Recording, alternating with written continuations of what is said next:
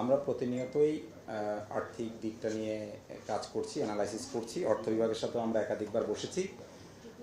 আসলে এটা আজকের দিনে বসে আমি ঠিক বলে দিতে পারবো না কত বিলিয়ন ডলার হবে, কারণ এই যুদ্ধের গতি প্রকৃতির উপর নির্ভর করবে ফাইনালি গিয়ে এটা কী দাঁড়াবে।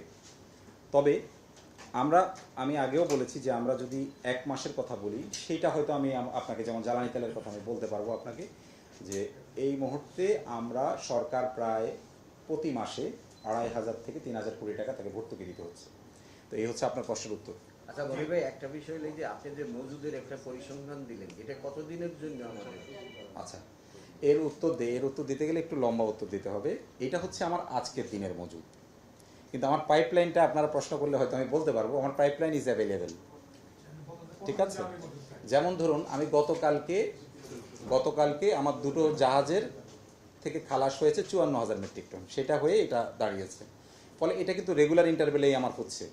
হ্যাঁ, আমার জাহাজগুলো নিয়মিত আসছে এবং সেটা খালাস হয়ে প্রতিদিনেরটা আমার যুক্ত হচ্ছে। সেজন্যই আমি আপনাদেরকে বলেছি যে আমাদের আসলে এই মুহূর্তে কোনো সংকট নেই। অকটেন এবং পেট্রোলের ক্ষেত্রে আমি আপনাদেরকে ক্যাটাগরিক্যালি বলছি, আগামী 2 মাসেও কোনো সংকট নেই, আমাদের অ্যাভেলেবেল আছে। উপায় নিয়ে আপনি যেটা বললেন, সেটা গতকাল আমি আপনাদের অনেককে বলেছি যে হরমুজ প্রণালী যেহেতু খুলে দেওয়া হচ্ছে, দ্য বল ইজ রোলিং। আমাদের ক্রুড অয়েলের সমস্যা, আমরা তো একমাত্র উৎস ওখানে ক্রুড অয়েল হয়তো ইনশাল্লাহ আমাদের চলে আসবে। কিন্তু আপনি জানেন যে গতকালই আবার কিন্তু একটা ডেভেলপমেন্ট হয়েছে। ফলে এই গতি প্রকৃতিটা প্রতি মুহূর্তে চেঞ্জ হচ্ছে। এটা আমার চেয়ে আপনারা বেশি পর্যবেক্ষণ করছেন। আর আপনি যেটা বললেন, এটা আসলে তো ওভারনাইট এটা চেঞ্জ হবে না। যে মানসিকভাবে মানুষের মধ্যে যে মানসিকতার পরিবর্তন হয়েছে, একটা মজুদের টেন্ডেন্সি তৈরি হয়েছে, প্যানিকের টেন্ডেন্সি তৈরি হয়েছে, এইটা আসলে আমার মনে হয় একটু সময় লাগবে। আমরা চেষ্টা করছি নানা ব্যবস্থা নিতে, মানুষকে বোঝাতে, এডুকেট করতে যে আমাদের কোনো সংকট নাই, ফলে আপনাদের এই অস্থির হওয়ার কোনো কারণ নেই। নিয়মিত আপনারা যেটুকু প্রয়োজন সেটুকু নিলেই আপনারা নিয়মিতই পাবেন। তো এটা আমার মনে হয় যে ধীরে ধীরে সংকট কেটে যাবে, মানুষ বুঝতে পারবে যে সমস্যা নেই। প্রশ্ন করেছেন একটু আগেই একজন আপনাদেরই সহকর্মী আমাকে একটা ছবি পাঠিয়েছেন যে ওইখানে বন্ধ আছে। তো আমি সাথে সাথেই খবর নিয়েছি। এটা নিয়ম হচ্ছে কি, আমরা তো আসলে চাহিদাটা, আমরা যে বলি চাহিদাটা মানে ঠিক হেলদি না, এটা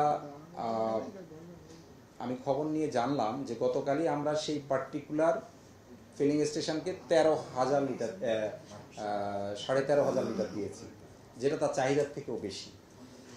এবং আজকে আবার আমার পদ্মার এমডি সাহেবের সাথে আমি কথা বললাম, সেখানে ওনাকে আরও 4,500 লিটার দেওয়ার অফার করা হয়েছিল। উনি বললো যে আজকে নেব না, আমি আগামীকাল নেব, কারণ ওনাদের বেসিক্যালি 13,500 লিটার নিলে ওনার 2 দিন যায়, কিন্তু উনি একদিনে সেটা বিক্রি করে দিয়েছেন, কারণ মানুষের মধ্যে প্যানিক বাইংটা আছে।